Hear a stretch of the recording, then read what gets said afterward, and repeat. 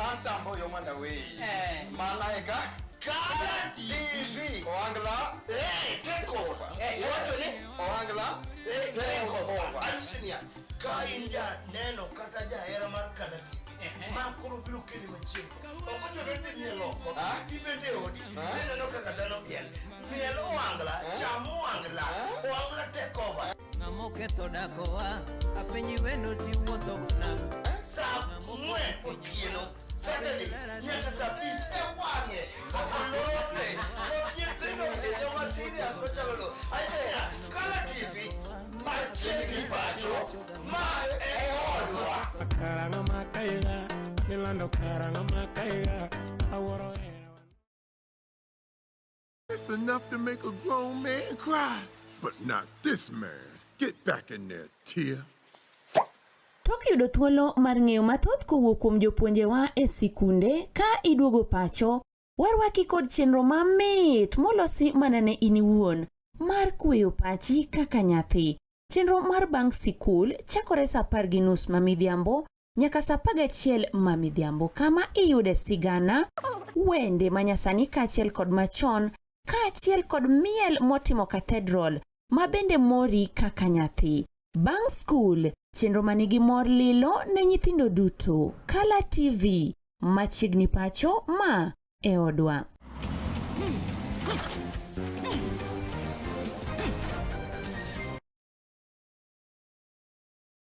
Get ready to elevate your business and any other commercials when you advertise with us. We are not just a channel. We are your gateway to the peak, for we give you the precision.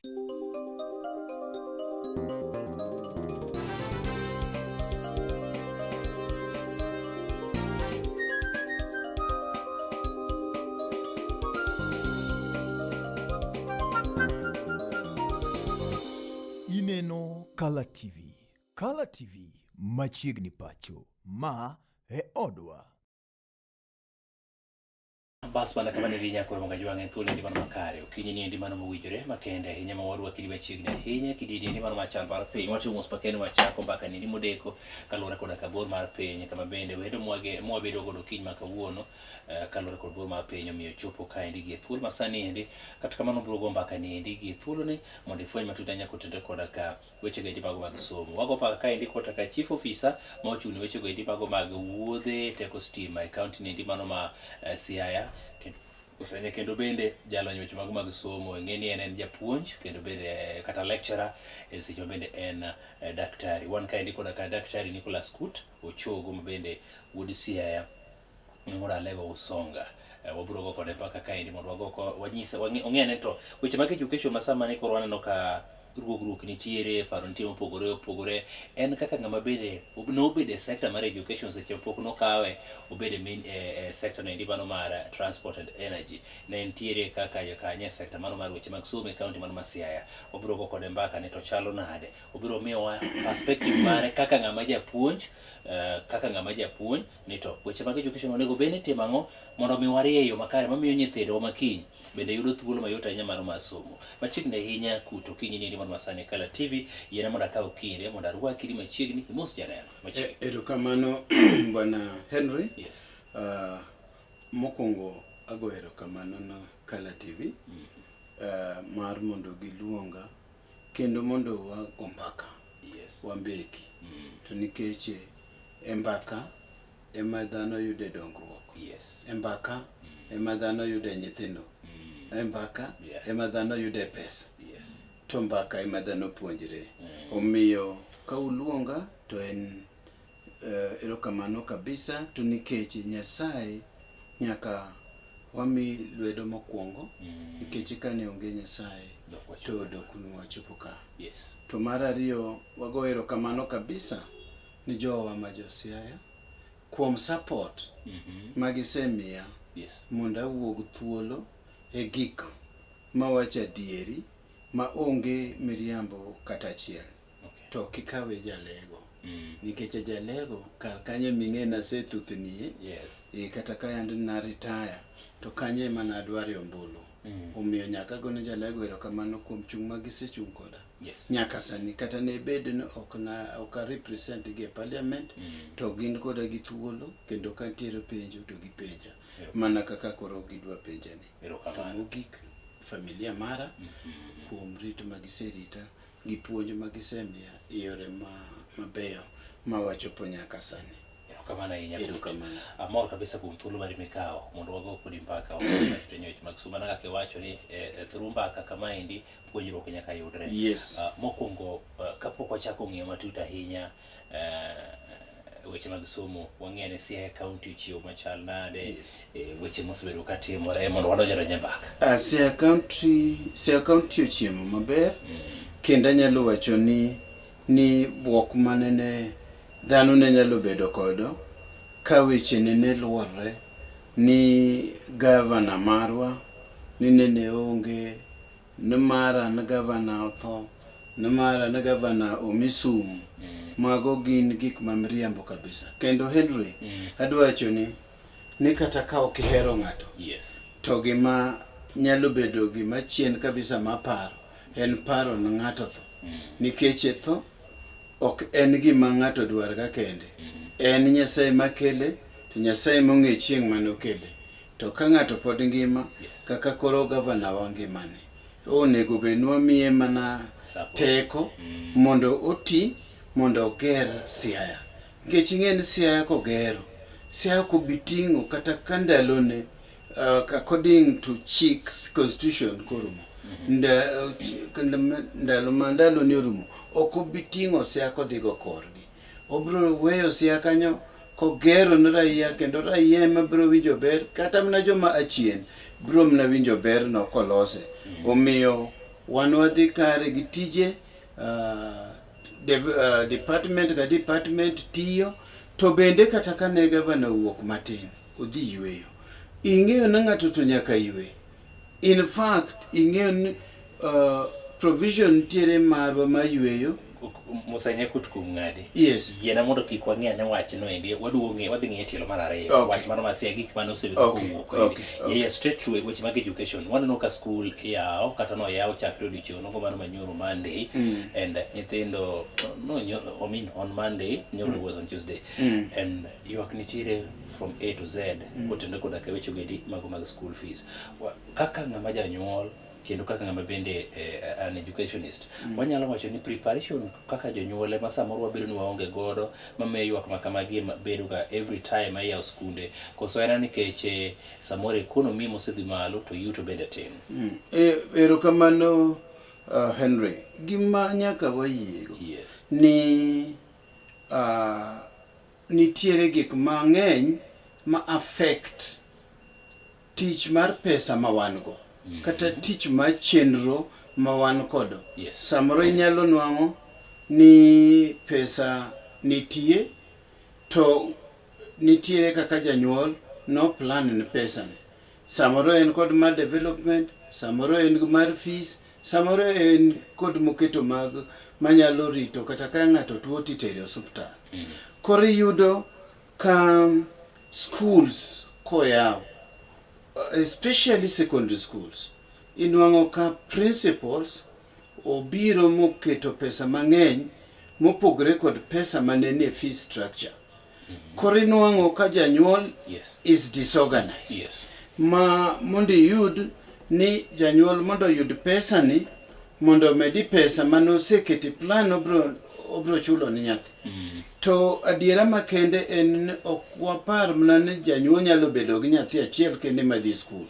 samoro nyalo nwang'o ni janyuol kod nyathi mani form 1 form 3 kata form 4 koro inwang'o kend kod nyithindo adek to sewinjire ni ma eni ekako odwaro ni mondo ochul fees to aeto bang'e tiyudo ka fees obiro mang'eny en adiera makende ni samoro jonyuol bedo disorganized mar ariyo economy ma the country kata mna ing'ene economy ma the country kodok chien to gino affect the county to duogo to the family level nikeche ka gima yandi ni nyalo nyiewo kata nag siling 200 sani koro inyiewe 1,000 to idwa nyiewo gini ni nyithindo madhi school iyudo ni fees michulo cha Yes. obed affected kod gik michulo minyiewo ne nyathi ma nyathi dhi kode e skul. Omiyo inuang'o ni economy, state of economy ka odok chien, to in kaka janyuol gino biro iri mondo kaka pesa mane digolo cha okigole kaka dwarre. Omiyo mano en mar adek, to bende duogi weche mag kaka wa plan kaka jonyuol. Nitiere jomoko ma bende nokod paro ni Nyasaye biro chiwo. Nyasaye biro chiwo last minute. Yes. Ma biro chulo kod office materi school. En adiera makende ni gik watimo to Nyasaye ma gaidwa. Yes. Katibedo mna MP, katibedo mna senator, katimna janyuol, katimna ja uso maber, a businessman. Yes. Iwinjo, ng'at mariti en Nyasaye. But Nyasaye osemi brain mar organize yourself mondo ka nyathi dok e school to iseketo gik ma nyathi dhi tiyo kodo. Ok en mna fees kende. To gigi cumulatively biro gaduogo e fees. Obed gik modhi tiyogo, gik ma jopuonje dwaro, kata mna gik minyiewone mag del modhi tiyogo. Gigi duto dhi kuome kaka nyathi madhi somo. Omiyo the impact on the fees ma nyathi chulo. Omiyo shida mar fees en ni wan wawegi wabende wanyalo bedo kod nok ma wan kodo kaka jonyuol. But ideally, economy ma the county or the country is affecting us much. Minuango nakata mna ngima ma yanne wa enjoy choncha. Ngima no dok chien. Kechiparo mna nyathi biro dhi e school nade. Yes. Mero kamano. Kutking'eyo kanyendi mana weche mago mag figi endi. Yes. Ncha wareno kanyendi ka jatemika mar omenda John Badi bende ne owuok katoke tayanga. Ne piny owacho onge koda ka omenda moromo, and no side reasons. One, and kinyo the population of learners gi the amount of money mabende samoro igolo, iyudo ka pesa gi ok nyal match. Nyiso ni nyithindo madhi school thoth ahinya to pesa mantiere tin, and my ne nyalo chuno jonyuol mondo mi odhi to an extent makoro gi dok ofugi mondo gichul pesa. And by the you can okelo bende reactions mathoth ahinya. Can we say ni government ok prioritize well mang miyo sector mar education kata key sectors, kurwa ka example education ne ok nyal ketne omenda moromo nikech noduogo chayo nyaka members of parliament kowacho ni an blame mana members of parliament, nyiso ni ogikadho omenda moromo e od bura. So it means ni priority ok obedo set right mamiyo pod wanyalo neno loopholes makamagi e sector mar education. Henry, yes. Kapodo ka answer question. Yes. Ananyalo wacho ni nitiere corruption mosebedo education sector for a very long time.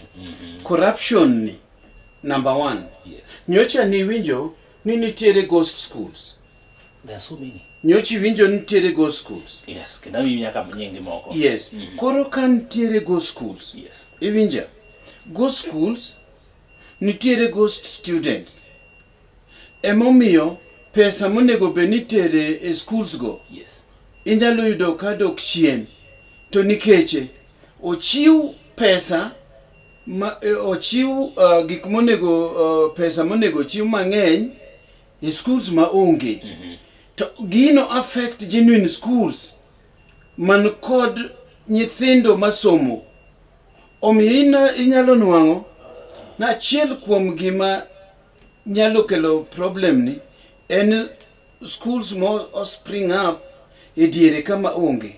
We mondo apenji, idwa wacho ni ndalo mane wasomo kata ndalo ma nyocha kae ni kapodi kata mana Kibaki okodonjelo Kibaki manokelo free education kata ka these other people Uhuru kod Ruto ne pokodonjelo, idwa wacho ni pesa ne okromga pe onge joma ne ywak ni fees ok chul.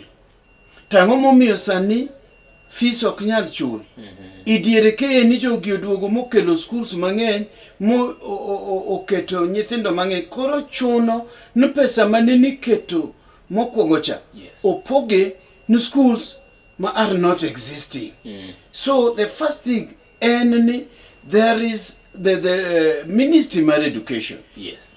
Nyaka ket jokma a committee mang'iyo the existence of schools. Kiweyo ginene, kiweyo Teacher Service Commission, yes, kiweyo NAT, kiweyo ginene county schools.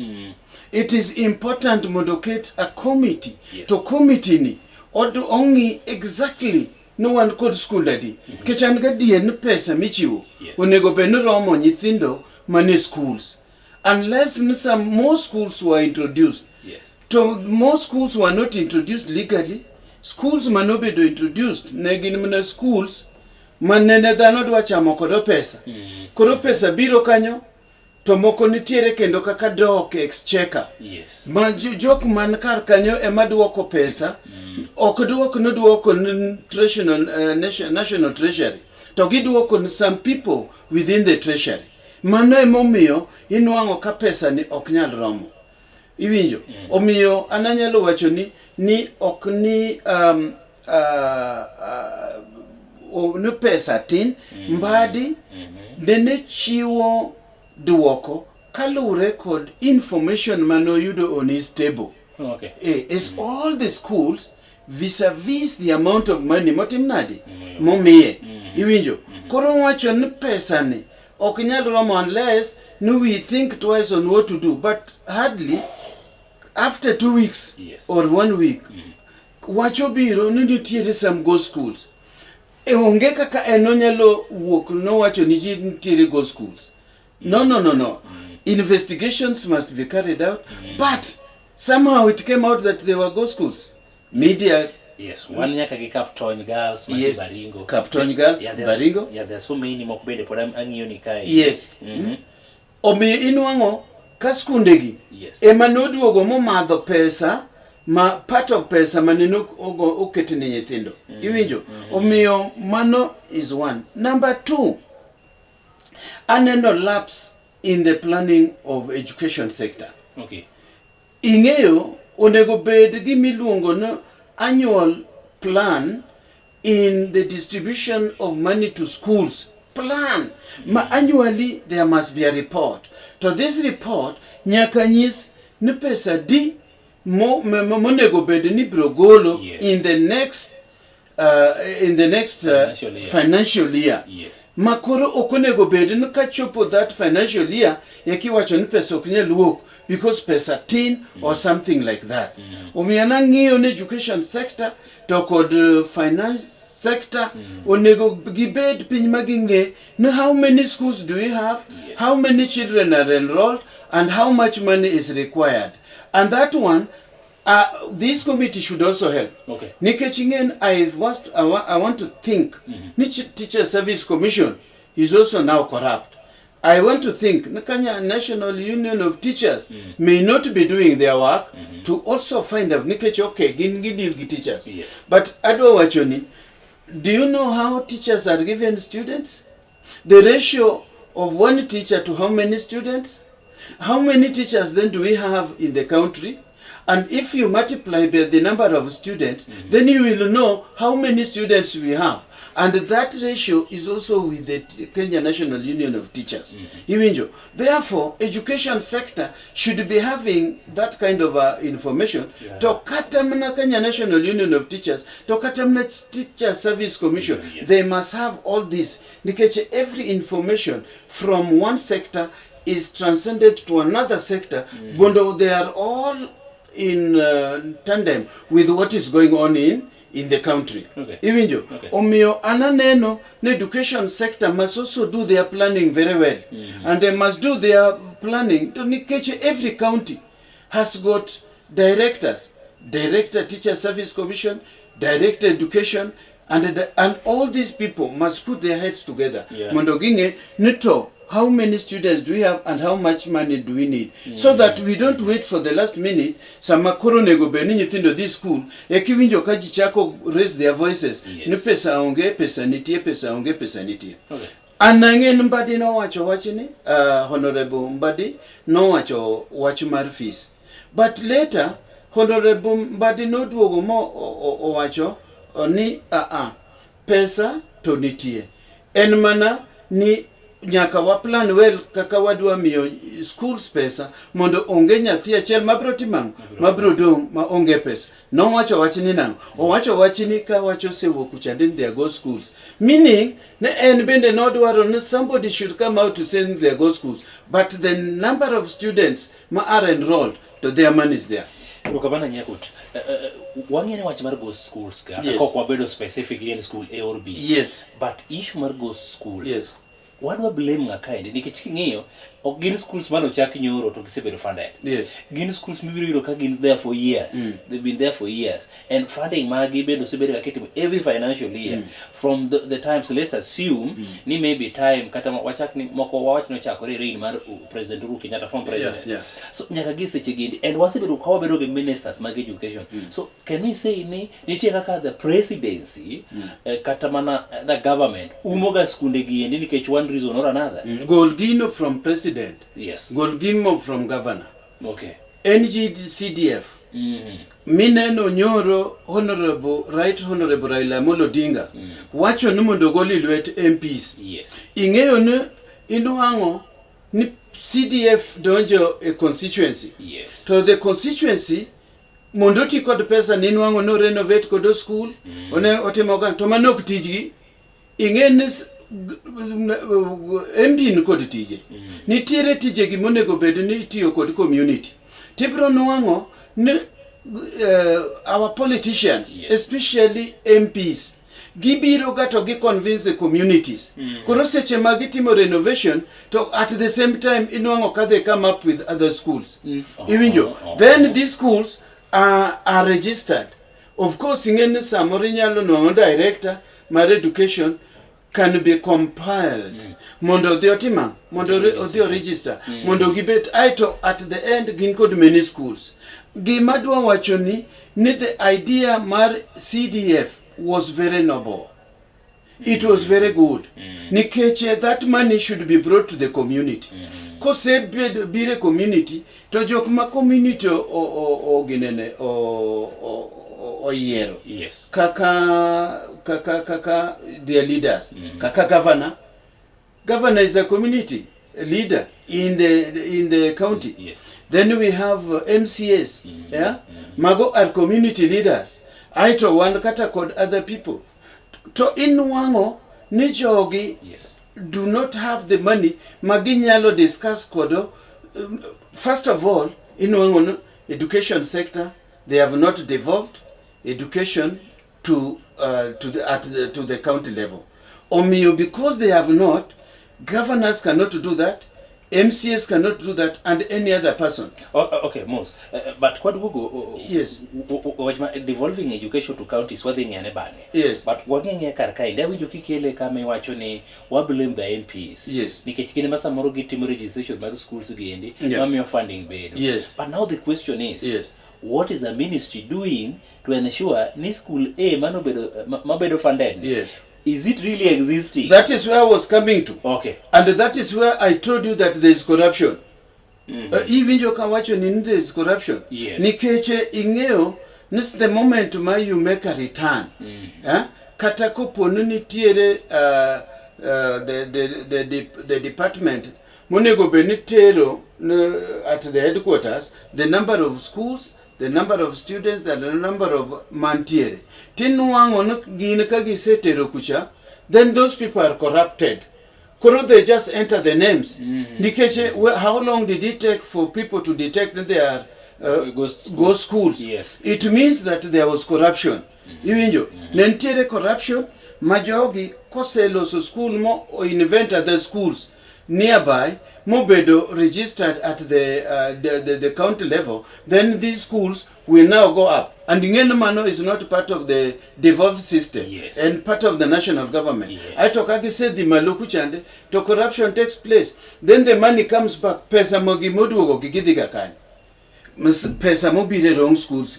Tell me, where do they go to?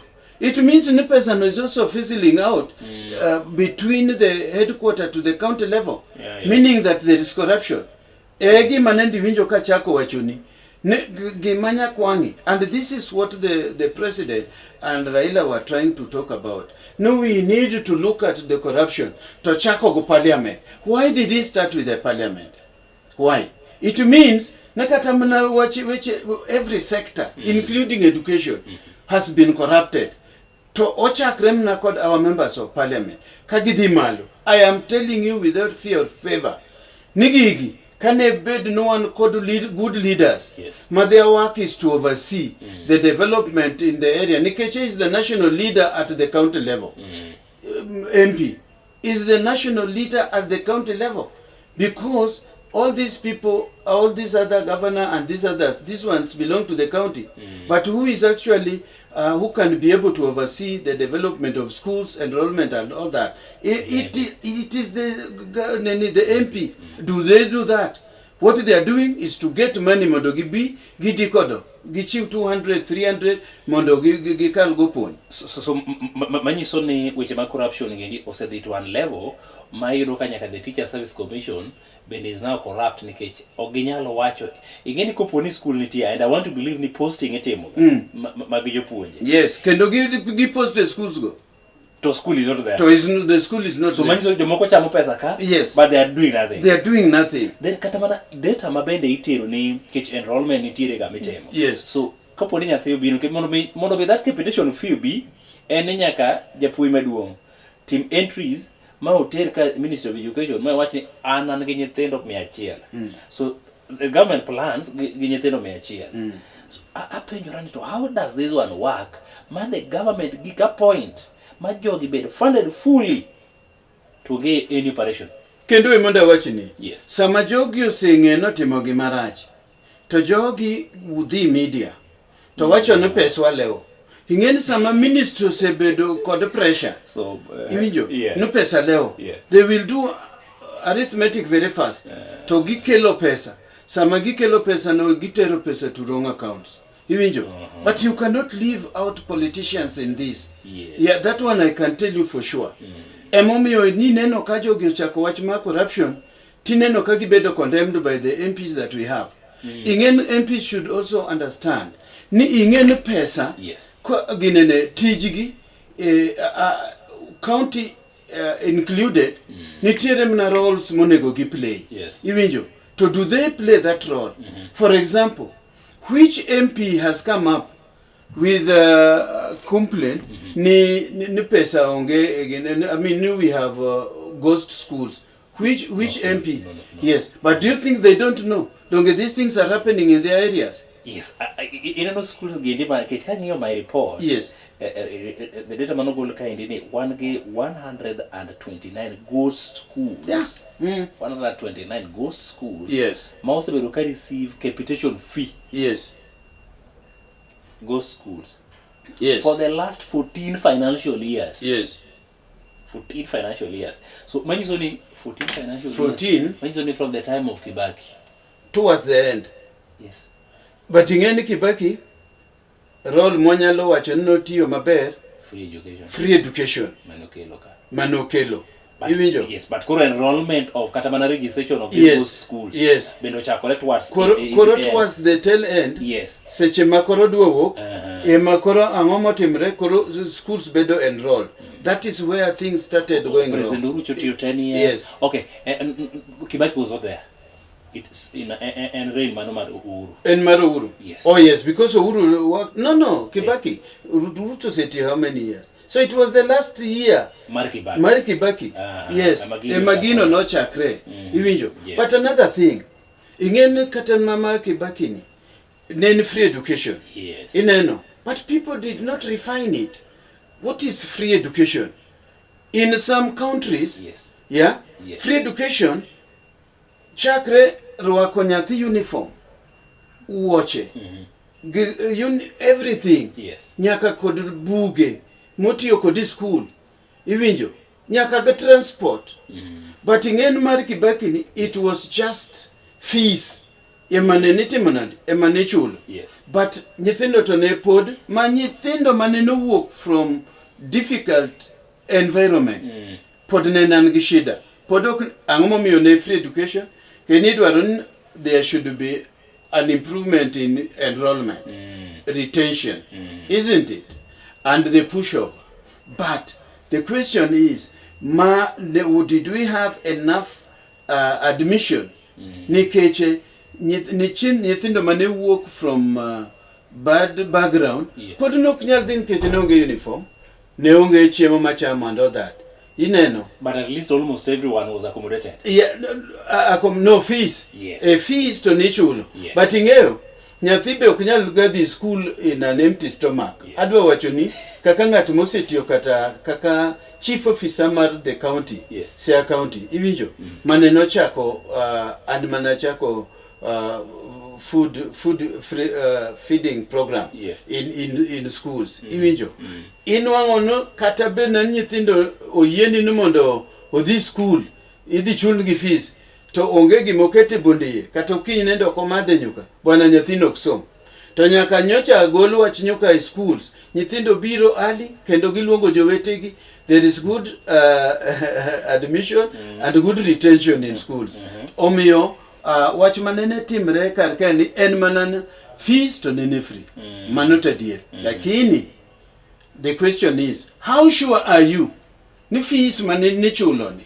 Yeah. Nikeche government ne kelo capitation to the counties or to the whole country. Yes. How sure are you? These schools were not there and they were actually formed to get the capitation from the government. Yes. And that is what they did. That is what they did, and that's why when we are saying that it has happened for 14 years, yes. Meaning during the time the free education was charted out, that was the time that schools started springing up, schools that do not exist, yes. And those schools were on paper, and those paper were producing money. Where was this money going to? Actually, schools ge. Ukende ginyaka sa yura ni billboard ko signboard whichever ma indicate my school yes. Signboard signboard nitire kanyo ni mo gibedo first kendo but unge yani it's something mabende miyo ji penjo mathoth ahinya. But now President William Ruto no admit this corruption kende od bura. And mage one of the things masamoro waneno kanitiere kech kakoro nyaka go schools nyalo bedo area moro an MP mar area A to nitiere go schools kata mana beach but okanya wuok ma wachi ni go schools nitiere. It means ni an benda I'm part of it. I'm part of the problem. You're complacent. Yes. Yeah. But now going forward what should be done? Nikech I want to believe ni this goes to schools. Kech poko nyis ji lela ni koro we've stopped funding these schools. Ingene some of the government been poko nyiso ji and we want to believe ni some more funding be reported nyime. So what should be the best method or way to deal with such things? No, funding has to go on. Yeah. In a confused environment. Yeah. If you don't fund, yes. Then it means nitire schools genuine schools mabro suffer. Koro it has to go on. Only that they must find a way. Yes. Maka pesa no or the school no. To it is a go school to bedo intercepted. Obedo stopped. Yes. Ineno kosebedo stopped. Kuro kogi stopped from all the 129 schools. Iwinjo. Then education sector plus the finance sector they have to sit down. Mondo give the through proper planning right from the county level. Yeah, the sub-county and all the wards, how many schools have sprung up? To gimami yonendet awacho nigagini Henry. Yes. Ingeyo, no onge school manjalo work from a constituency. Kata manjalo spring up in a certain constituency, ka MP mar that constituency okongeyo. Okay. Nikecho chalmana kaka medo voting, medo kata mnaka migo vote in an area. Onge kaka MP okinyal ngeyo. To MP no kod to PS. PA mane home to kod PA ma Nairobi. Iwinjo. PA mane home.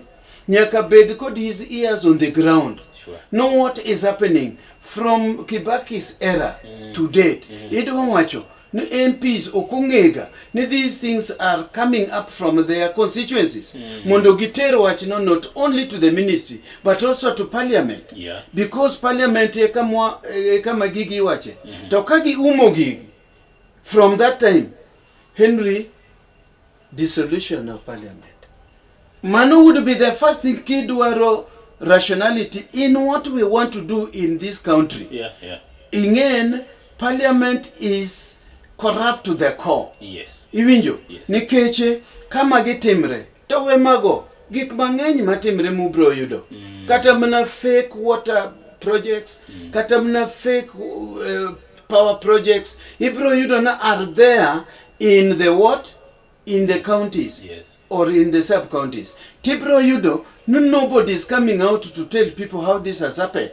And MP Bagini Timreka Timni constituency has he come out to condemn this openly? Even in the media? No, they don't. Nothing. Oteka hinya. Yena mro wangia ne weche kapuru wane education kind. What mar basari? MPs work magere. Nikeche idwa gol basari elwetege. And there's this question. Why would the government cow pesa? Tome a government ome a representative matiye penyo wacho. Teacher kiloso ne put moro mariale. Teacher kipoge. Teacher kigole. Titere another government school. Why don't the government come up with a good channel? Makoponi en pesa ni. Tuwaka pesa ni tuwa direct. School cha direct mok ni puro duogo in Mr. Kutko kadwa kele ne hindi ni ko kadwa yale ka ko kodwa duogo kama cha kolore and ko gole kata let's say ogole 1 million ibiro other logistics nitiere nikech kutoka ne bed gi meeting gi ji masa moro jogi bende okoyudo some allowance it's there mano nyaka bedi aya en babiro chako mi odelegate duty ni koro un makuru ndio community be jo community gi nyaka ng'e kaka dwa tim kech udwa yalo 1 million to unwa no hach oknyal bed at least nyakuma de kana soda moro it's normal but why don't we direct this money direct to schools nikech data nitiri manyiso ni school A nigi nyithindo moro kama why do we waste time and resources kapod wateri around ineno Henry yes penjo maber nikech an chief officer mar education Siaya County yes kendo an era na emana chiwe basari mana chiwo basari all to the all the needy students aito bang mano makoro controversy mar basari oni otimre nadi owuoke yes to adwa wacho ni basari may not have been a concept ma the Kenyan people. It may not have been a concept ma the Ministry of Education yes or even the finance. This concept ne nyaka bedo no obedo borrowed from a certain country. Yes. And in a very well, Kenya is very good at borrowing systems. Kata mna moroma ineno koro kanyo education system manyo kelni. Ineno, it was borrowed from another area. Koringe no systems goka obedo borrowed, it means ne the process is also borrowed. To process kaka maeni, either no nyalo be no borrowed from the British or no bedo borrowed from another country that or Canada. Ineno. The idea yes and those people mondogi dispense with money, the process must be watertight. Watertight in the sense ni pesa oknyaluoka ukakuchande to the kamoro direct. Yes. Iwinjo. Pesa nyaka wuogu kuchande to kalo through committees. Mondo ka pesa ni otere yes iwinjo to pesa ni otio tije manendo nego be notiyo ma committees la miwachogo yes nyaka bedie magingi ni the right people o yudo pesa ingeni ji dhi nyaka the ward level magin kod their own managers magingiyo ni nyithindo moyiergi are the needy children. By the way, the concept was noble. Yes. It was noble in the sense it was making sure yes not even 1 single cent was lost. Iwinjo. But it is time consuming. it is time consuming nikech pesa nyalo bedo released. Yes. To mondo pesa ni chop ni nyathi e school, it has taken a long time. To ko kawa long time, nyathi ni be no poko report, oro kata ko report to pesa biro late, to bedo problem kod jopuonj. Omiyo bursary was meant to be like that. The reason, ingen ka ikao pesa, for instance, ti itero ni the needy child. En mana kaka the capitation moro mineno mwawuoyeni. Mwawacho ni the government is giving out pesa no schools and within those schools there are go schools. Yes. Iwinjo. Koro bursary cha obende kopo ni tere direct obro donjo no schools kata go schools and goes children. Iwinjo. So that bursary may not serve its purpose. Yes. Iwinjo. Number 2, ing'eyo no kata mna schools ka eni mondo jopuonj nikech ing'en bursary is not meant for all the children. What does it mean? Bursary is not a capitation. What does it mean? It means it caters only for the needy children. Iwinjo. Nyithindo ma ok nyalo. Tidwang'o no schools ma wantiere gi wan kod corrupt principles ma bende emineno ka oroga weche mag go schools imi pesa. Koro ing'en corrupt principles pod nyalo gatero nyinge nyithindo according to his preference, but not the needy children. Iwinjo. In fact, Mikelo no Mr. Kut. Yes. Ido ka kata kinyo seche mipogo bursaries. Yes. Yuak bendo sebedo ka nitiere ne ido ka nyithindo madwaro kata mochando monego bene miyo. They don't get. A few yudo, but moko kuomgi hacha chok yudi. But jomar still able. Manyalo manage to chulo that part of fee midwaro no. Ema chak yudo the bursary. So you question it. What is really happening? Mang'ama ok nyal cha ok nyal yudo to ng'ama nyalo jema chak. Gimi wacho no. Yes. Mokwongo ng'en bursary counties kata mna in the country osebedo misused. Okay. Gimomiyo osebedo misused, inwang'o no MCA nigi bursary. Inwang'o ni governor nigi bursary. Inwang'o ni county government through education nigi bursary. Women rep bende nigi bursary. Iwinjo. All these are to cater for needy children, which is noble. But who are the needy children? Ibro nuango, we also have corrupt parents. Manyathine osemi bursary kod county. To kendo podo dhika women rep, kendo dhi chiwo pesa. Kendo dhika MCA, kendo dhi miye pesa. Iwinjo. Kori nuango ni parent achiel, nyathine yudo bursaries adek. To a parent moro somewhere, maji ok ong'eyo, nyathini ok oyudo kata bursary adi achiel. Iwinjo. Emomiyo ineno ka the most important thing minyalo tim, iwinjo, is not to do away with the bursary, but to streamline the way bursary ichiwo ni nyithindo. So bursary gi, according to me, onego bed niketo kamoro achiel. Iwinjo. Kagi walk from the treasury. Yes. To mama mar women rep. To mar kod mar MCA to kod mar ka ketgi under the county education board. Yes. County, not country. Education board. Iwinjo. And the members of the board gin directors of education, chief officer of education, CEC mar education, to kod other people. To giloso wachni to pesa imiyo all the needy children at once. Iwinjo. Then you will reduce the number of children mimiyo bursary. Koro ubro bedo kod unyalo chiwo kata mna bursary mang'eny. Nikech koro nyathi achiel ok nyal yudo bursaries didek. To wach mar nyocho kete kamano. Ang'eyo ni it was political, but so confusing.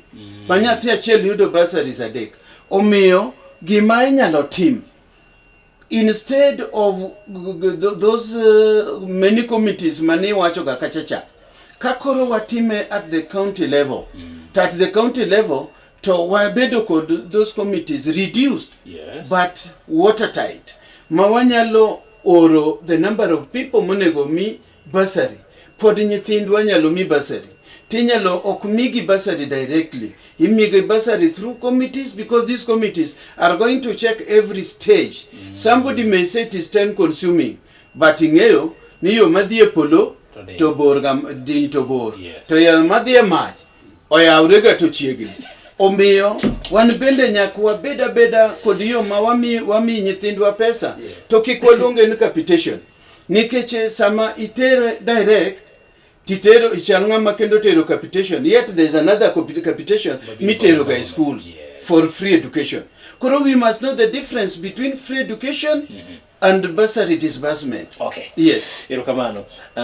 Should we devolve education to counties?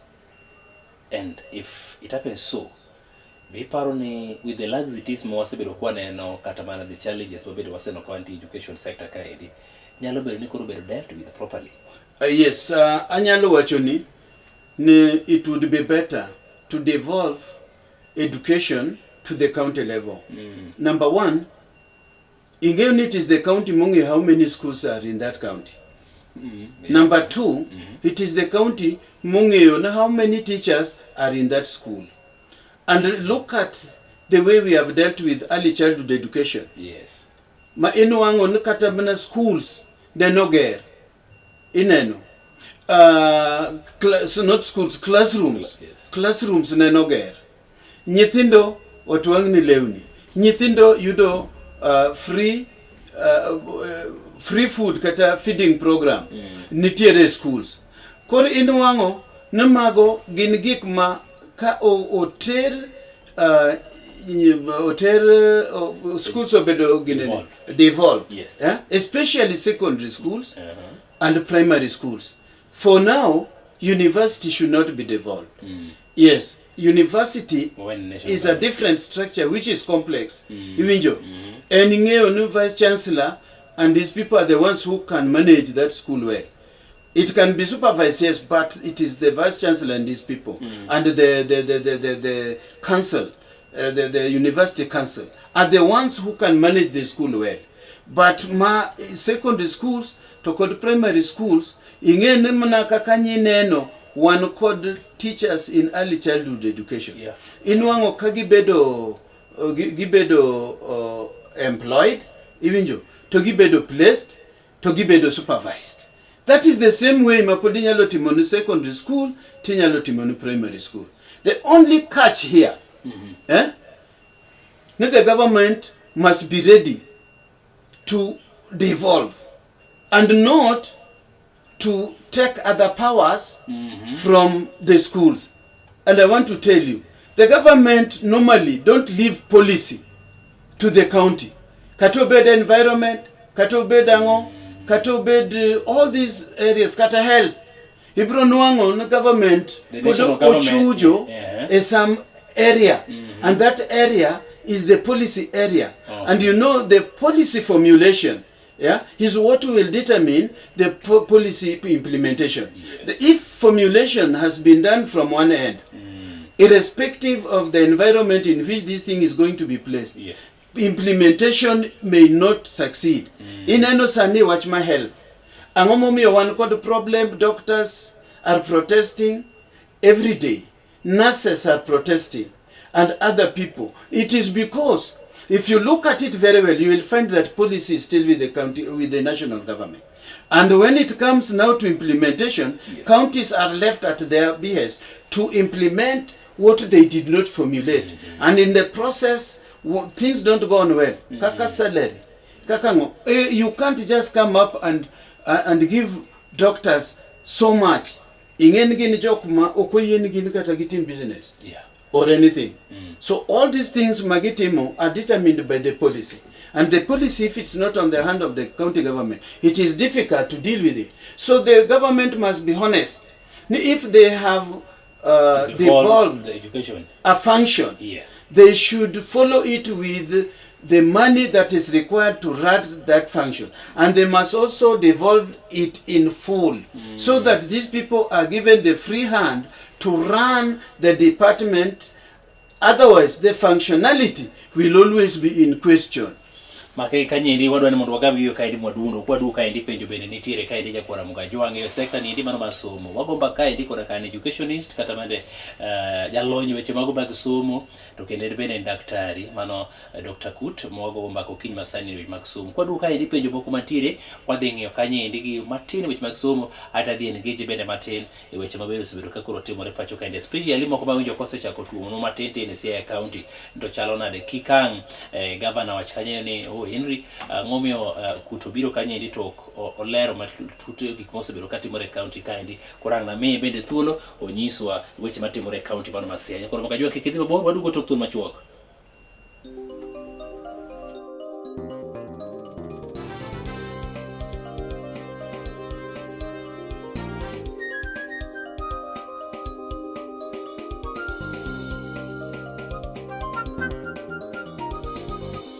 Ineno Color TV. Color TV machiegni pacho ma e odwa. Wanenogi kendo watiyo kodgi. Bende moko kuomgi wachamo. To be ing'eyo kaka ilosogi? Tudri kod Lorin Manyala e chenro mar kaka ilose. Tich abich ka tich abich saa 4 nyaka 4:30 onyango. Kama obiro nyisowa okenge duto magik ma watiyogo kod ma wachamogo kaloe mana e Color TV.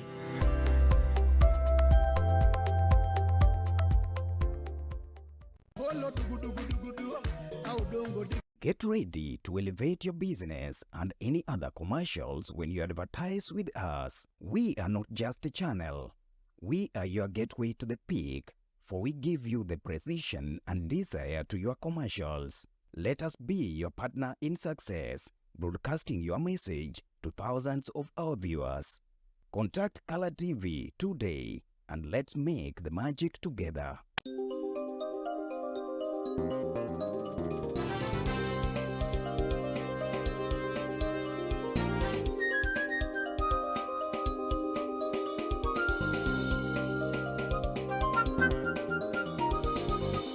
Ineno Color TV. Color TV machiegni pacho ma e odwa.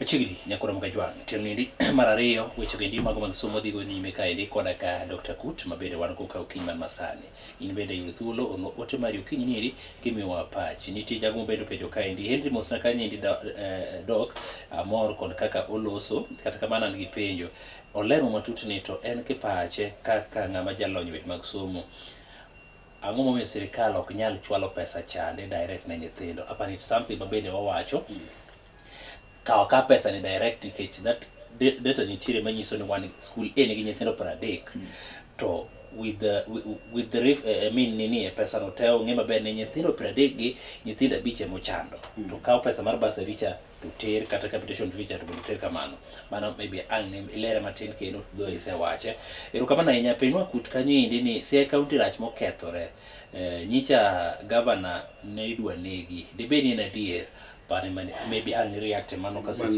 yes right which mag somo Henry rokamana hinya mor kod Kut olero makbera hinya kata kamano piny nago kanyendi ni king'iyo kanyendi wan kaka nyithindo man university wathagore ahinya inyiswa ni pesa onge kendo bende bandings magwa bende richo maybe let's start from there seller weche mago makaw pesa chande tero direct but wang'e ne universities funding mag universities ywak nitiere ni universities they are not fully funded and no one no kanyo kama hukum universities gendi bende are also chal ka gima nyalo lorge yes king'iyo Moi the listenane yes pachalo kamano Henry mokwongo an gima nyalo wacho ni yes en ni university somo university ne ber moloyo okay kendo ng'e ati university ma ok tin higni 15 kaka senior assistant registrar kaka examinations registrar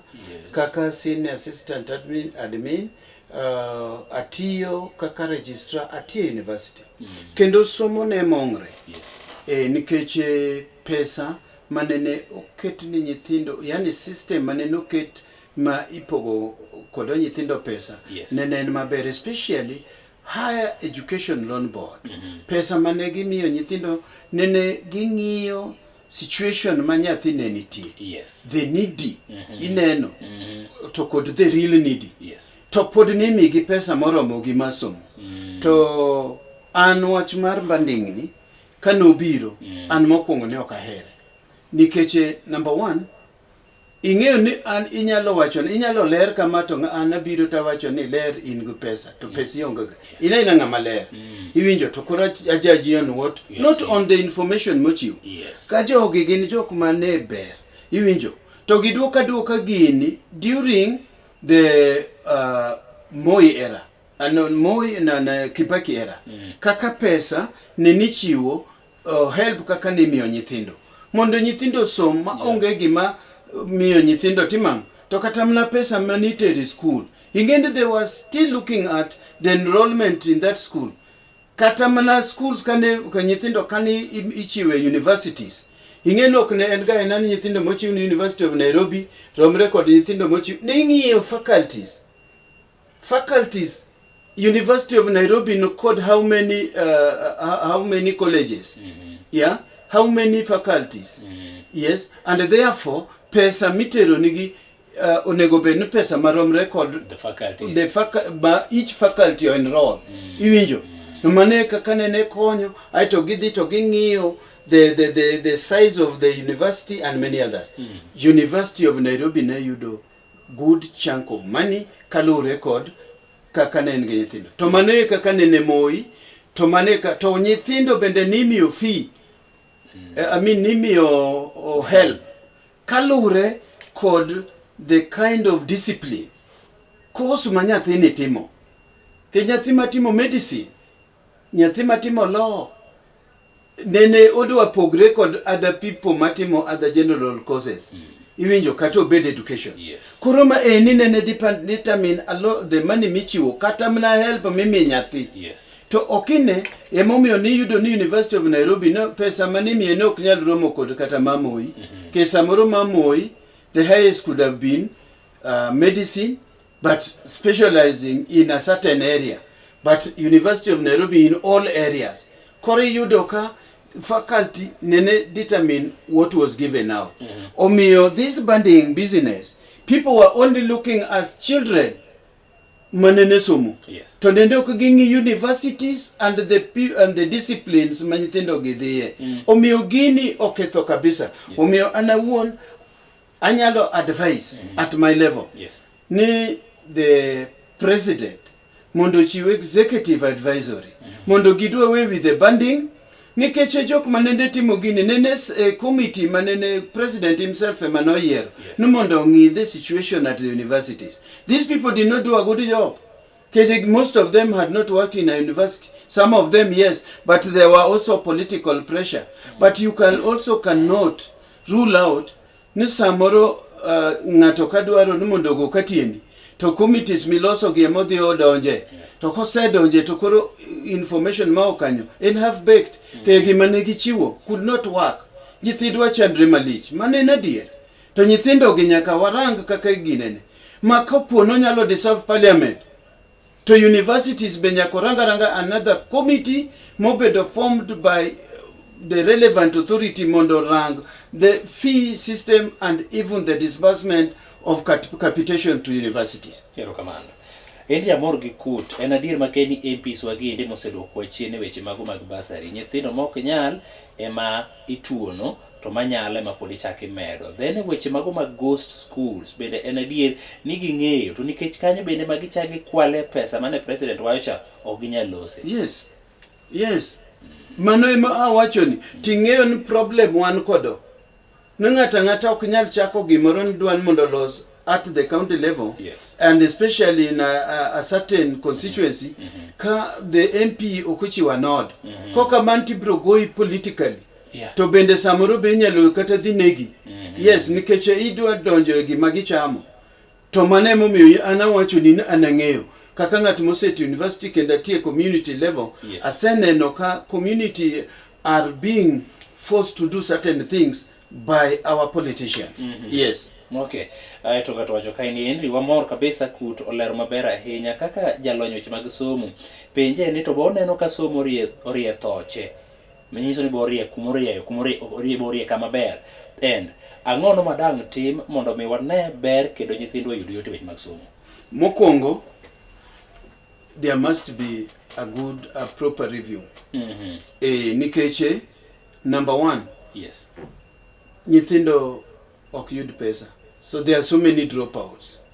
Seche ma wan kod dropouts, wan kod thugs in the society. So those are some of the things. Number two, nyithindwa jopuonj are not getting the right motivation. Jino anka japuonj puonjo ka komie salary, medo salary is a problem. Yes. To komede indiki gaset. Indiki gaset no mede 100%. To samoro en kata mna gimoro matin. Mosku ngadi. Wach mar medo salary. Jopuonje moko no dhi as far as mo yudo siling 100 mono mede. Yes. Look at that. 100 yes. shillings. To inge gima no wuok in newspaper. No mede gi pesa. No migi pesa 100%. Kakoro in isewuoki odi kimor ni dhi yudo pesa. To kidhi bank ti yudo ka en 100 shillings. Koro the question is, who gave out that information? Those are inflammatory informations. Ma inyalo wach ni jopuonj yudo pesa to ok puonj maber. Yet jopuonj, so these are some of the extrinsic factors that determine teaching. Iwinjo, ma motivate somebody. Gin gik moko mawuok oko. To intrinsic and bende, if somebody is appreciating your work, he can say thank you. Yeah. How many times mwanyalo yudo kata mnaka this country jomoko wuok nginene kata na president one day wakato wacho teachers day. Yes. Odwan na thank teachers kende. Ma even in every county onegni kata mna dhiangi chama to kagia kanyo to gimadho soda to ginegi gimo basa morilwete. Let me tell you, that is not corruption. That is extrinsic motivation. Yeah. Mimi japuonj. To and manane japuonjo we yuaka 24/7. And that is why many of the people masani graduate Henry. They don't want teaching. Ingen an nyathina dhi university to ka wacho ne ni you are ni idhi bedo japuonj. To wacho dad an ayedhi Kisumu National Polytechnic mondatiu ICT instead of going to teach. Nikeche anok adwar na bro dhier forever. Nikeche wan gi oneno wane wapuonjo to koni kwa meyo. Iwinja. Emomiyo japuonj must be given a way to breathe. Yes. Nyaka wangi pesa maseche moko wamiyo other people kotiyo maber kata mna at the headquarters kata mna in other areas. Angomo miyo jopuonj gi kata kobedo organized per county to jopuonj bendo bed appreciated. Does it mean it is going to take 1 trillion? Yet we want our children. Koro wabro bedo kod few teachers. Yes. Sani korinwango ni teachers mawuok en osewuok Kenya National Polytechnic to wuok to ai to korikawe as a non-teaching whatever to or side hustle. Yes. Some side hustle no utiyo tich moro to puonjo kar ka nikeche waonge japuonj maneno ka ugino because of this kind of abuse. Henry rokamana inya but watch ayiki pache raila mane wacho ni onego wa devolve education. MP so we chando ji nikech gikwalo pesa mang'eny to gima gikonyo godo nyithindo onge. Jonyuol pod thagore athaga to ka gibiro to en mana pakruok mag siasa manono ma ok konywa. Yie mondo wawe wach mar education gi kanyo. Eto dongo wago no Raila erokamano nikech oneno gigi. Oneno gigi kendo wach mar pesa madonjo other hands. Yes. Ma ok dhi kaka onego benedhi. Inwango ka pesa go lala pesa go okti. Omiyo Raila no wacho the truth. Wadongere ka part watiko to piny masani. Let me take you to counties. Siaya. Yes. Kisumu county county mama bilo ni county of endless potential. Lakini maruwa saida ndo ne. Man the county of the great warriors. So Doc kinyo kanyindi si county ni chakumulo kanyo seche mapenyi ni to sia uchio na issues no sebedu kugu kandi ngato moro bo penjo kai ni to is it true ne governor Orengo nitie kaka ni dwa kaunge mane oko. Yes, but how you kwacho ni mago just allegations and kata kopo na we wach man those were just allegations. Yes. Ingeyo no life mangato is private. Yes. Until you are there. kaka for example ka ng'ato wacho ni nitiere ng'at mane dwa poison governor wa iwinjo en onyalo wacho mano to an onge kaka nyalo yie nikech ok naneno I've not accessed his health prescriptions mane doctor chiedhgo and all that. What I know my governor was out of the country ting'eni the governor nyalo dhi out of the country for official work, for health issues and all that. Kakoro an onge kod adier ni ang'o mane time to duogo kaka noduogo kotegno kaka nene tegno cha. An gima nyalo wacho na governor wa ngima kendo governor wa tiyo kaka onego beni tiyo. To gima nyaka wang'e ni ng'ato ka ng'ato to nigi del, to del nitiere seche ma dendi ber, nitiere seche ma dendi ool ituo iwinjo. To nikech tuo ok oyiero katin president katin mana jakuncho kituo tituo omiyo kopon en adier no tuo. That's it, but that is his private problem. It is not our problem iwinjo, except ni kane antiere kar kanyo seche manene gino timre tanyalo wacho ni he was poisoned nikech I can witness it even in court. But now if I start talking about it, I don't know. Proof, I don't have any proof. Yeah, mage gik mineno ka ng'ato wacho to jok manene wacho gi ne gin jok manene go paro nigi ka korengo tho iwinjo to ne ginyalo biro to gidonji gigi to gitiyo.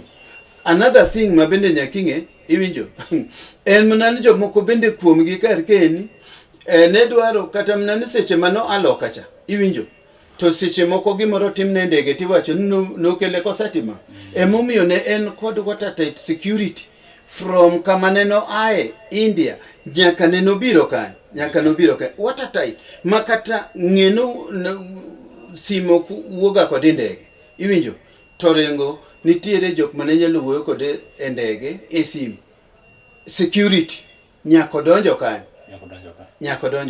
omiyo an ok adwa liekra e gima kia awacho gima ng'eyo wan governor ongima to kanya gimoro nyalo timre to mana kaka nyalo timre anybody else kamano. In fact you wacho mabeni mar Rengo should just resign because he was not doing his duties as a governor mondo me another person okaw and you were questioning it's like they had parted ways his deputy Maino Duol and ng'ama ne dhi bedo kanyo edi so jomoko nowacho ni kata koro ne ok odwaro Duol would be the deputy, would be the governor, kata no dware would be the governor but the question mabenyo moko ne penjo Siaya County kane Orengo onge who would lead Siaya County to mama gima nyalo penjo Siaya County kane Orengo onge ne nitiere ywak moro maduong' manyiso ni onge gima nonego bed nitiyo onge gima nonego bed nitiyo to ok noti omiyo mano can answer that question.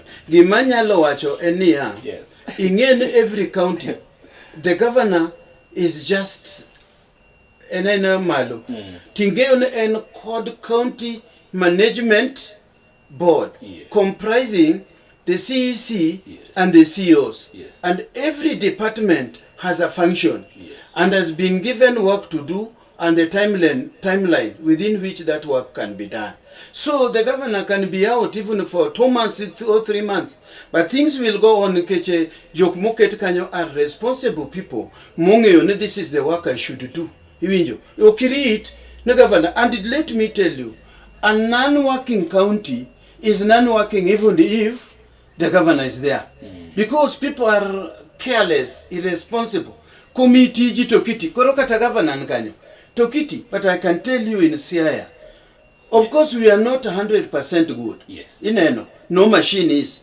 Yeah. But what I'm saying, in terms of work that we are doing, whether the governor is in or is out, is beyond reproach. Okay. While in which Siaya County things will be okay and it's good, the governor is back. Yes. The Shago just came recently, and Nana Okubedo interviewed. Yes. And by another station. Yes. Mabede ne interview. And Dugumarga Shagwa Nabede ne help issues mangenya. So maybe he thought he would be like Raila Odinga Kanora or Onijinenya Romani. But surprisingly, ne katamanada co-principals mago positions. No Kodi. Yes. angma timre is Gachagua has been left. Is it Nikoro Sebedo and kendo o fight Kisulu? Ingeo number 1, Gachagua should not. Gachagua had been impeached. Yes. He should not hold any public office. He should not talk on behalf of any public person in Kenya. Yeah? Yes. But that notwithstanding, Gachagua being a politician, ineno, Kikwa wondre, ingeni Jaramogi Oginga Odinga be no put under house arrest. Yes. Can you remember? Yeah. His son Raila Amolo Odinga was in detention for 8 years, isn't it?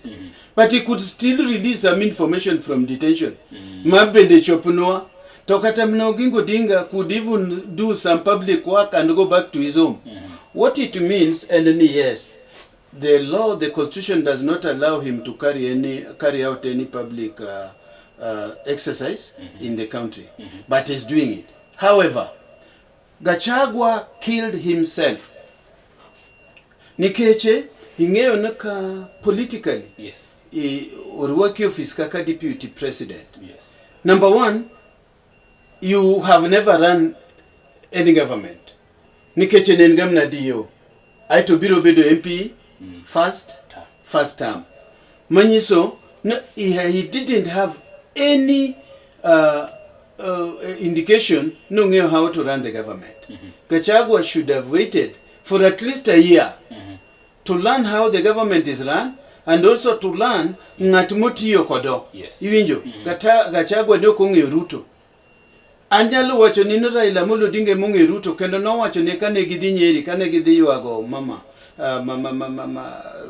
Jokumanogo in Kenya during independence. No wacho ni Ruto, I know you. I know how you do your work. Maruto benonyero ko timo umekama nikechango ngingere. But Gachagua kano osekete mondo be deputy president no nego wait. To dingeno donjo to semna keto ji semna chako pogoji. Magijo manogo chenwa, magijo kumukunogo chenwa. And do you know the rule of law and kichuga as a president? Yes. To Ibro Yombo could the majority. That does not mean that the minority is not there. And when you become a president, you become a president for both the majority and the minority. But in one kano chopo to no watch no okay, koro waketo minority aside. Nyanza de kugocho nwa. Ivinjo. Jomamoko, Western and all that. Koro jomoko to nenegi kwayo. Ni kigocho umiwa 70%, ivinjo. Tawami 30% of shares. Ivinjo. Now these shares, emaneno ketho de Gachagua nikecho koro no dwaro many people. Ivinjo kipenje to wacho na en maneno wuoyo on behalf of his community. Mondo mie 8 people. Ivinjo. To that extent, he even forgot that the president himself should also have his money in Mount Kenya. Yeah? Now these other know no wayo. Kiwe mano. Ingeno kataka nyocho di America. Nikeche wadi mapio. Kataka nyocho di America. Odio kao areas ma joki kuyu ngenye. Ivinjo. But even kata joki kuyu ngenye, you could not write out nijo Luo, Wakamba, Kalenjin and other people were also there. Majo Jogonodi. To our surprise, no woyo gido Kikuyu. Kendo no wacho, ni Kenya, Kikuyu is Kenya. Kikuyu is the economy. And the economy is Kikuyu. Meaning, nijo kuma oda kakake Kenya ka, mauko ginju Kikuyu. Ginjo kumoda kadaka tinyalo riembe ni time. And that is why the president nyaka bed mnaje Kikuyu. That is why kane wabedo gijomo, tokajomo ae, to the tribal Kibaki. Kibaki was also a tribalist. Kibaki ko weyo, to peb mnawe no Uhuru. Iwinjo, Uhuru ko ae, emakoro Ruto timango. Odoje. Koro gineno na the jinx. Yes. Manegi course during 1964, manegi was in 1969. Manegi wacho no ongenga manyalo donjo kama riembo mutokani beyond River Chania. to gineno ka Ruto setimango ose break that jinx. Koro ingen mae ni e gima wango igi. Koro Gachagua a tribalist dwaro ni gino dogi lwet Jokikuyu. Him calling Raila Odinga mondo be a faction mare. Yes. Is it something maber and nigi nyise ni kopo Raila the faction mare to Raila dhibido the president. So is it Lucas Lormana presidency so we need development and the Raila kocha what value is it kata kiwe development Henry. Yes. Kata kiwe development Raila tiyogo Uhuru machanade kendo konyo Uhuru to Uhuru oko appoint kata any of us to at the ministry. Ineno Raila Uhuru watiyo kodo gimane wanyalo wacho notimo maber en Lake Victoria ka no kelo paya donge mano to wanyalo wacho notimo maber but kano chopo heritage manonego bendo koro Raila ka okare neno dhi pondo kod opanga nena gimi ichiwo ni sword ma ae to odgidhi gi kwalo kura momi Ruto Marute modong gino ne dak gimi Raila. It is not just enough to talk, but you walk the talk. Gachagua nene wen Raila wiye chal gwigwe. Mako wachnen kut to biro ti wondok ni miye oduma ti make ti dey. Gachagua emanose wacho no tich modwa tiyo maduong en duoko Raila Amolo Odinga kany bondo. Koro Gachagua ni en machato nodwoke bondo to sani kore konyalo miye presidency. En kaka no se golecha utiatia tije owawe Raila nikech Raila emo stabilize this country. Ingeo no kata mana our young people. Iluongo no Gen Z. Yes.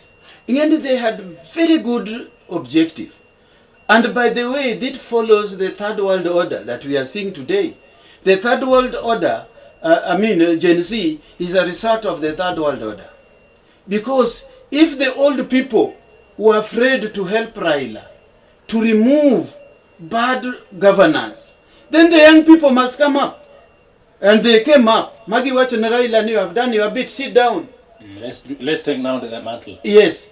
It was not until we realized somebody said it was leaderless, all those, that we thought ningeno onge kakinyalo ka utumate wacho ni dhi donji odno ituomnwa pimo nikelo. Emomiyo Raila noduogo mowacho ni no, let us now shape up the Gen Z mondo walos nigi yo makakoro wabro wuok to gidonje nikech they are still leaderless. And when we leave, they will have gotten their leader and they will be able to lead. Omiyo Gachagua, yes. Kano duan mondo base his point on Gen Z. He should know Gen Z was not coming from only one place, Kikuyu.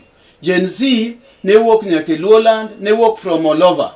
To kanyo chanene Gen Z not amre riot. Magi de manegi riot kaindgi, magi ketho gikgi, magi tongre, magi dongineno ka koro sani Gen Z makorgi ema kwere digi motimo ranga right and is a tribalist. To nyo wachne nyoro. No, he's a tribalist. Kwatie kukinyi masani indi nikech time bede dhe but yena moro watie katie kaka lore kod thuolo mabedo sedhe adami thuolo me wache wach kotendo kod weche mag education then gi wach minyalo wacho weche mago mag siasa ma wagoe mbaka ma short ni wabiro loso thuolo machielo mondo wago mbaka maber ahinya weche mago mag siasa.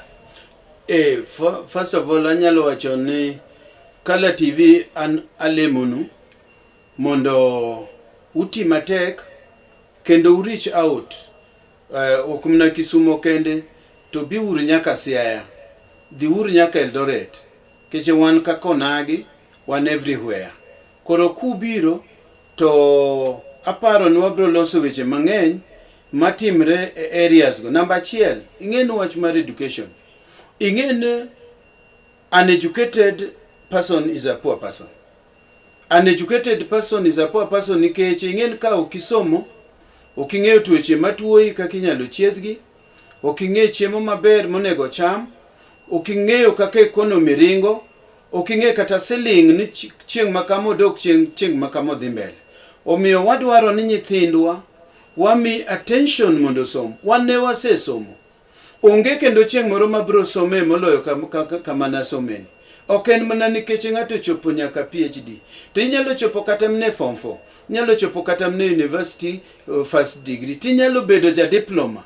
To in ng'at manyalo tiyo maber. Omiyo idwaro ni nyithindi bende mondo som mondo ochopie kama jowetegi ochope. Ta wakwayo government ni mondo rangie wach mar somb nyithindwagi, omiyo wach mar fees ma nyithindo chulo, to kata capitation, kaka secondary schools, principals ok winj ministries.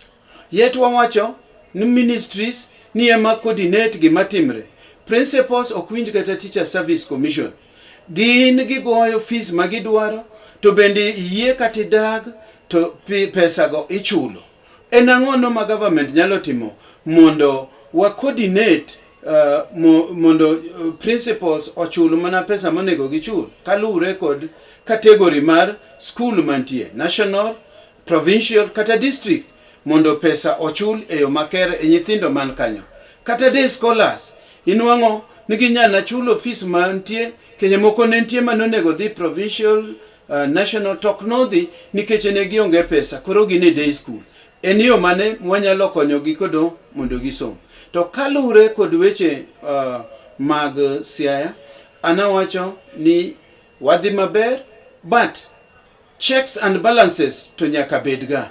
Okonego bednwa wang'wa ni waber 100%. Jok man oko manyalo konyowa neno marach matimre bendo nanea, to kik wabed jok ma fabricate gik moko. Ni endo dhin to okwanyo gik moko mokadie to biro wacho ni county rach. But ka en gima based on facts, governor ma wan go to kod government ma wantiere, wan wadir kod gik moko makare. Ka ok kamano, to agoero kamano ni jo Kala TV kuom luongaga mondo wuo kodu, to anto pod ayangra. Kata ko luonga ndalo mabiro, abro biro nikeche an bende kaka ung'eyo na chung kaka MP 2022, to ung'e maber ni 2027 there would be another election. To ung'e ni 2026 August ema ng'ato nyalo wache kata ochung kata ok ochung. To kik abed ruled out, to nikeche an wuod oganda pod ohera, ta an aonge wach gi ng'ato be, an kata joma tiyogo pok adondrago, to kochopo 2026 tabro na wachonu man kanyo. Erokamano ma Nyasaye dugwedu. Erokamano Nyakud. Erokamano ahinya. Isikita yanga ni 2027 be kinga to rule out ni samoro kigichung. Yes. So likely the bede debe.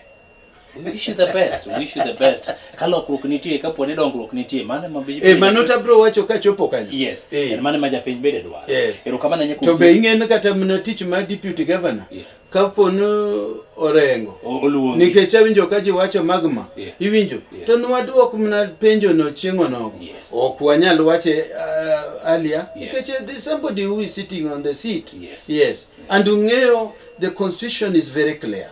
Pod en the deputy governor. He is the deputy governor. Yenago niro kamano kuom thuolo mar kika okiny masani ndi wago kodi mbaka kapo ni thuolo machielo chako yudre ibia mana kaka winjo ka ese wacho kanye ndi wadwa chako wago kodi mbaka, but I would want you ni next time wang'ie hard politics at the national level mondo wang'ie to chalo nade kanye ndi kalore kod the current happenings mabe ok moro japenya hinya. Erokamano ahinya. Erokamano ahinya. Nyakoro boka jwango bedo thuolo ndi mar makare wago mbaka ndi koda ka Nicholas Kut mabende en CEO kata chief officer ma wecho mag transport and energy county mar Siaya, to bende en jalonyo weche gendi mago mag somo. Waranga kod weche mago mag somo etenene mokwongo hai to bende winjo kaka wago kod mbaka, then walmulo wach mag siasa matin kanye ndigi moko mosebiro katimore county ndi mar Siaya. Oriti masani ndi kinyo na rad kudi ka ndi saa 10 okinyi nyaka saa 4 mano mar okinyi. Bedo koda ka odiochieng' makare, chenro mamoko pod biro nyime tok thuolo machuok. Erokamano.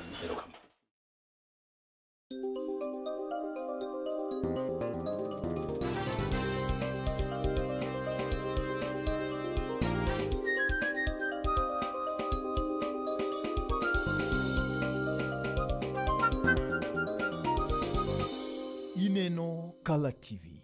Kala TV machiegni pacho. Ma e odwa.